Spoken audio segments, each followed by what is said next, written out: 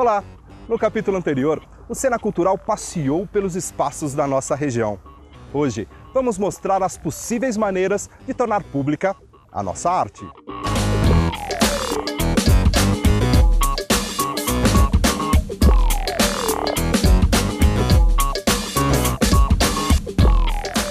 Afinal, é papel de quem viabilizar a cultura?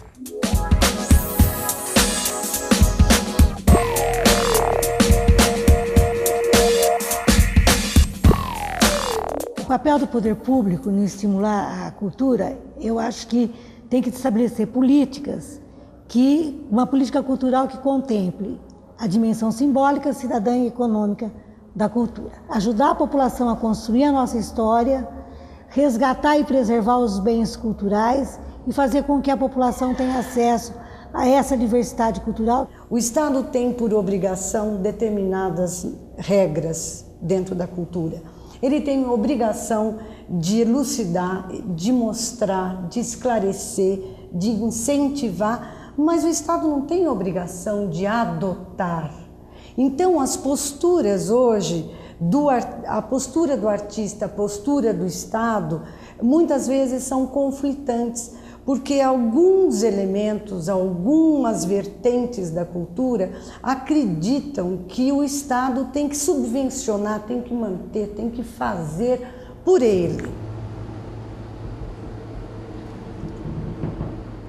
Eu também já procurei várias vezes a solução para esse problema. Poder público, artista, poder público não dá incentivo, o artista não é organizado. Mas eu acho que a sobrevivência nessa arte vem de um ideal muito maior do que esse sistema organizacional que a sociedade impõe e é preciso. E eu lembro que lá atrás uma coordenadora de cultura me chamou e fez assim: Nakarato, se você quiser continuar a fazer teatro nessa cidade, a fazer o seu trabalho, seja independente do poder público. E eu não tinha entendido muito bem o que ela queria dizer para mim. E eu fui procurando alternativas para me afastar e não depender financeiramente do poder público. Eu acho que o que falta são regras claras, né? Então, faltam regras claras, né? Então, assim, a gente nunca tem uma clareza com relação àquilo que se propõe. Então, por exemplo, assim, eu acho que o papel do poder público, porque a arte depende do dinheiro, porque não é que ela depende do dinheiro para eu ficar rico, mas você precisa de um mínimo para colocar aquilo para frente, né? Então eu acho que o papel do poder público é fomentar. Então ele não tem outro papel senão esse, ele tem que criar regras que digam como fazer esse fomento, como fazer essa possibilidade, como isso acontecer, não é? E colocar no público, colocar para as pessoas da comunidade, por exemplo, Jundiaí ou na cidade, quer dizer, você ter a possibilidade de todos que tenham um produto artístico com regras claras, possam, de alguma forma, executar aquilo com o poder público.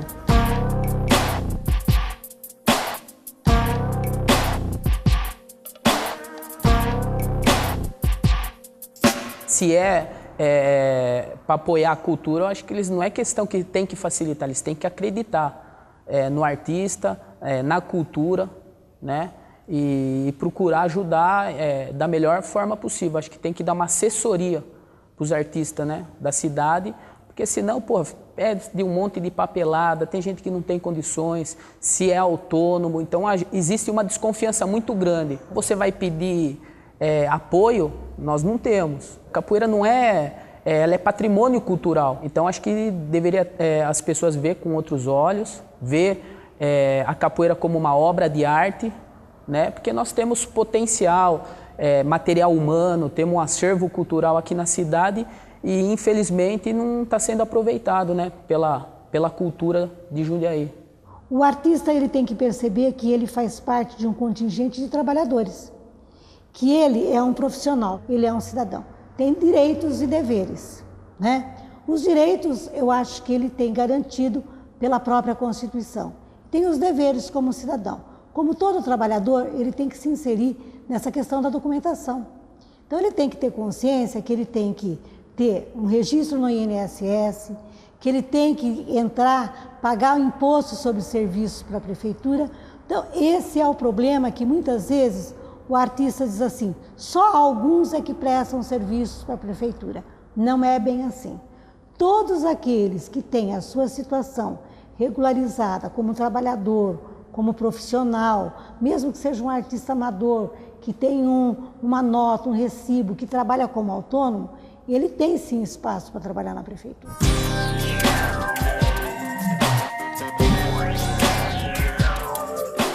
Eu acho que o artista ele vai muito pela intuição, sabe? E fica numa coisa assim, não, vai ter que dar um jeitinho. Né? Por que não dá um jeitinho? Por que não dá para contratar sem precisar, eu posso receber sem precisar ter os documentos? E não é assim, infelizmente não é assim. E aí a gente recebe a pedra. Né? Porque vocês não querem, é porque vocês não estão querendo ajudar, porque vocês só criam problemas. E, na verdade, não somos nós, né? Não há discriminação, é esse ou aquele. Vai quem tem condições, além do talento, tem as condições legais e documentação. Tem artista que tem um grande talento, mas precisa se enquadrar nas normas do trabalhador brasileiro. E eu sinto, às vezes, um pouco de resistência nessa questão assim, de alguns artistas que se acham, eu faço teatro, falando do teatro porque é a minha praia, né? Eu faço teatro por amar, sou amador, eu faço porque eu amo o teatro, não quero entrar nessa coisa de me profissionalizar, me vender. Né? Parece como se fosse o momento que você você recebe um contrato, como se você tivesse meio que subvertendo a ordem natural de ser um artista. Né?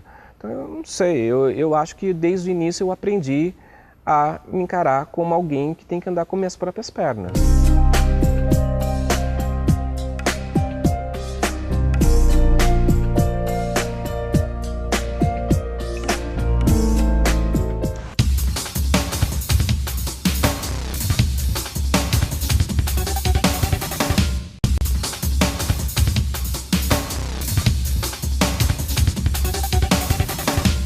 Toda iniciativa artística é bem-vinda. Nesse cenário, surgem as leis de incentivo, uma das maneiras de fomentar a criação e a produção de novos trabalhos, formando então uma parceria entre poder público, iniciativa privada e a sociedade.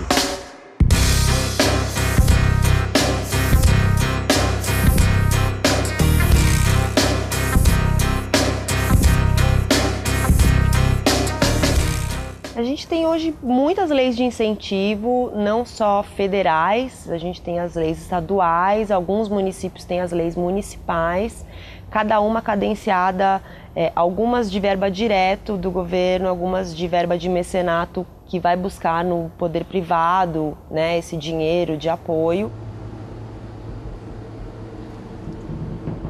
Eu me lembro que o ano passado eu estava num debate onde as pessoas estavam debatendo a necessidade de uma lei municipal de incentivo. E eu ficaram bravos comigo, porque eu disse, não precisa de lei municipal de incentivo. Quem quer fazer cultura com leis de incentivo, com a Lei Rouanet e com a lei estadual, é possível se fazer muito. Percebo que as empresas conhecem pouco as leis de incentivo, utilizam pouco. Esse é um trabalho nosso aqui na Astra, inclusive meu pessoalmente, de divulgar para as empresas o quanto pode se fazer com as leis de incentivo.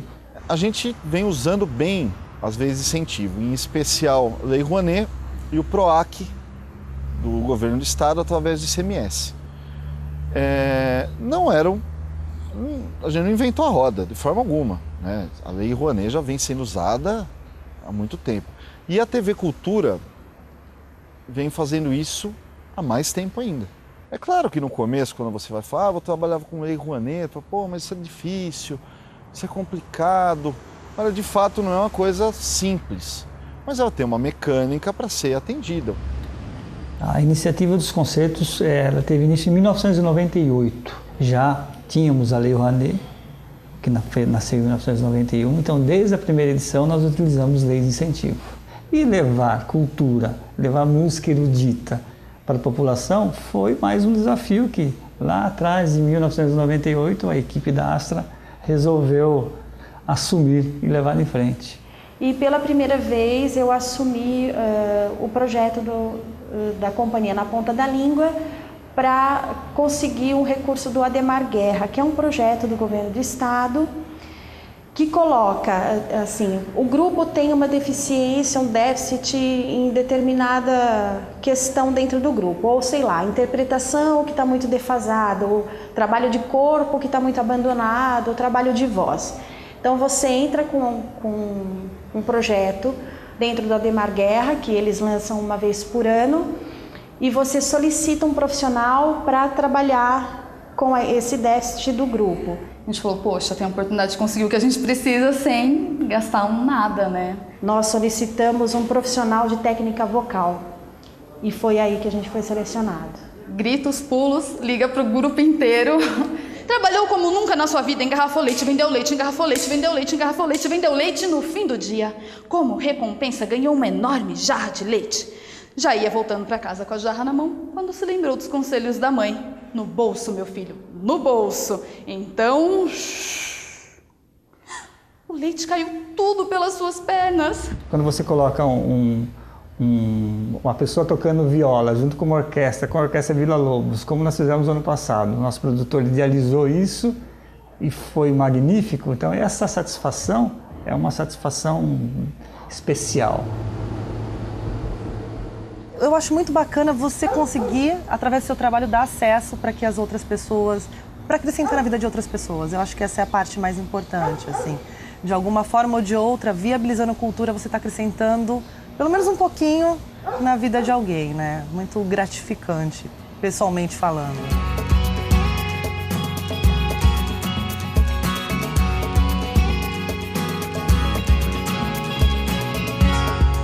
Não existe uma fórmula secreta para se fazer um bom projeto. Na verdade, um bom projeto depende de uma boa ideia e de uma boa elaboração. Você tem que levantar a planilha de custos. É muito séria a parte de gestão do projeto e prestação de contas, principalmente. Tudo que você paga através de um projeto, você presta contas com o Ministério ou com a Secretaria da Cultura. Você tem que pensar que é dinheiro público, que é uma coisa muito séria. Mas eu acho que o mais importante para o artista hoje é ele entender que ele vai precisar se profissionalizar, ele vai precisar entender de burocracia, ele vai precisar entender de não só de arte, né? Ele precisa entender principalmente de parte jurídica, de contabilidade, de gestão, de produção executiva. Tentar entender como é que funciona o projeto como um produto, não só como uma arte. E eu acho que o que mais a lei de incentivo proporcionou para o artista e para o produtor foi a profissionalização. Foi sair do alternativo, sair do underground e virar uma empresa. Entra no site, começa a entender a lei, baixa os formulários. Então é aquela coisa do quem não arrisca, não petisca.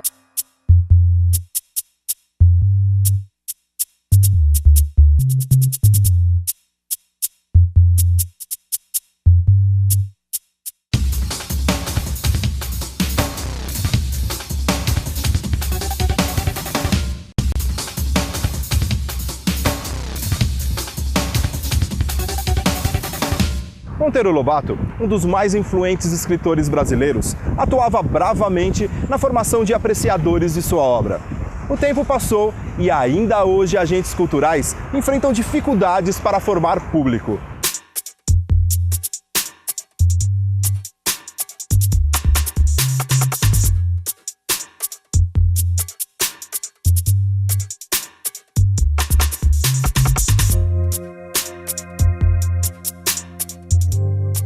A gente ouve falar de formação de público no movimento cineclubista quase sempre, assim. Então a gente já traz esse conceito de formar um público já do movimento cineclubista, que é uma necessidade principalmente do cinema, que é que o cinema é muito caro e tem pouquíssimas salas de cinema no Brasil.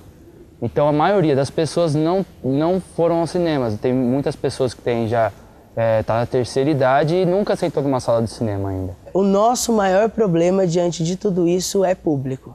A gente tem corais que trabalham um repertório durante meses, apresentam uma vez e já se esgota o público para apresentar novamente. A gente tem grupos de teatro que ensaiam um espetáculo durante meses e aí fazem 2 apresentações e já não tem mais público. Então, talvez a gente precisa começar a buscar uma maneira de atingir melhor essa divulgação, essa comunicação, Porque muita gente reclama, não tem nada na cidade. Não, muitas vezes tem e as pessoas não ficam sabendo.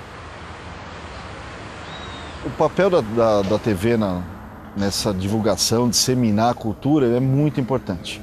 A TV está em cerca de 97% dos lares aí no país. E é um meio que, na minha opinião, muito democrático. A questão é como você faz a pessoa ter curiosidade e ter vontade de estar numa peça, vontade de estar no cinema.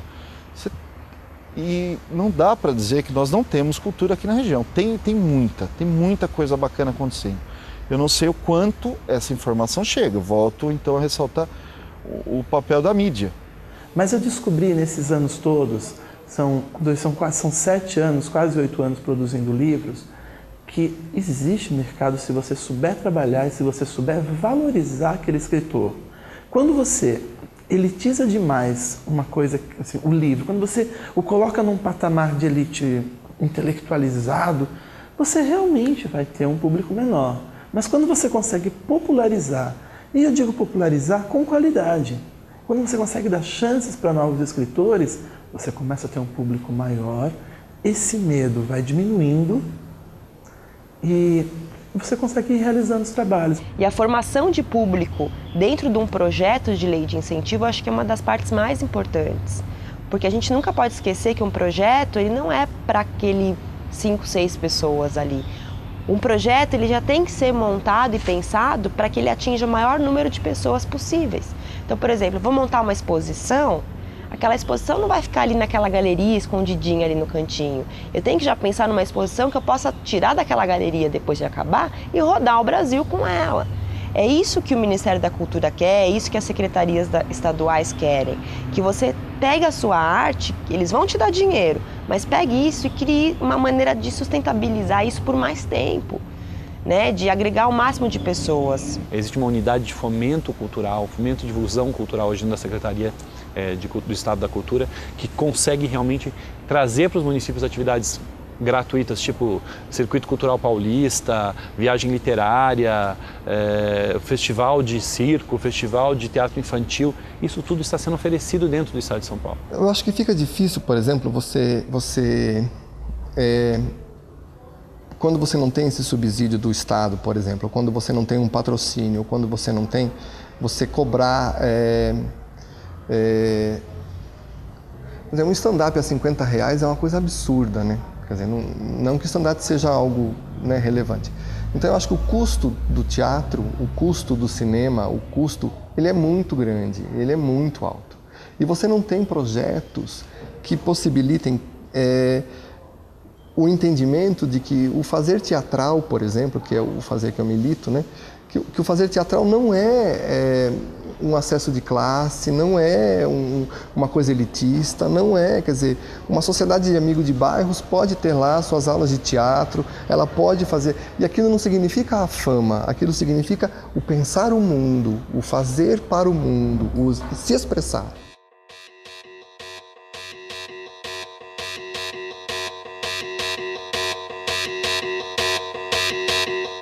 Toda ação desperta uma reação.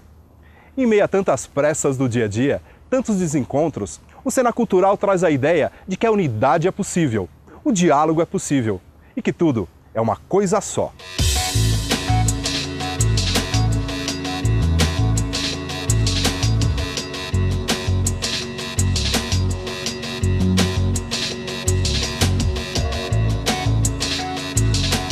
O Ministério da Cultura hoje ele está viabilizando e incentivando a diversidade cultural, tanto que eles até criaram uma Secretaria da Diversidade Cultural que incentiva projetos para a área indígena, para a área cigana, para quilombolas, para pessoas que não tiveram acesso à cultura até hoje. No Brasil, hoje em dia, aprova-se cerca de 80% dos projetos propostos. A dificuldade realmente está em captação. Então, a boa ideia, provavelmente bem estruturada, ela vai gerar mais interesse para quem vai aportar, né, para quem vai patrocinar o projeto. Hoje a gente percebe que tem uma nova leva também ambiental de produtores, de patrocinadores que pedem que o projeto também não seja apenas cultural e social, seja também ambiental. Então, quer dizer, é possível linkar tudo isso? No terceiro setor é possível, né? E a gente está cada vez mais percebendo que existem pessoas trabalhando para isso e possibilitando não só porque é legal, porque tem responsabilidade social, mas porque é o momento, né? 2010, a gente está num momento de importância social, de importância ambiental. Então, por que não linkar isso à cultura, ao artístico?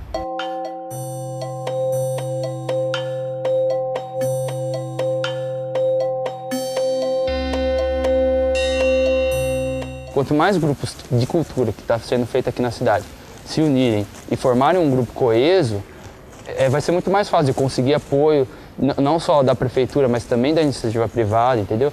Então, eu acho que precisa um pouco de ação, tanto da prefeitura quanto da iniciativa privada. Parar um pouco de reclamar e parar de só olhar para o próprio trabalho e ficar, pô, eu só faço isso aqui, então eu faço do teatro, não tem nada a ver com quem faz do cinema, quem faz do cinema não tem nada a ver. Não, não é assim, entendeu? A gente tem que conversar, independente do que faz. Está fazendo, vamos fazer junto. Acho que é por aí.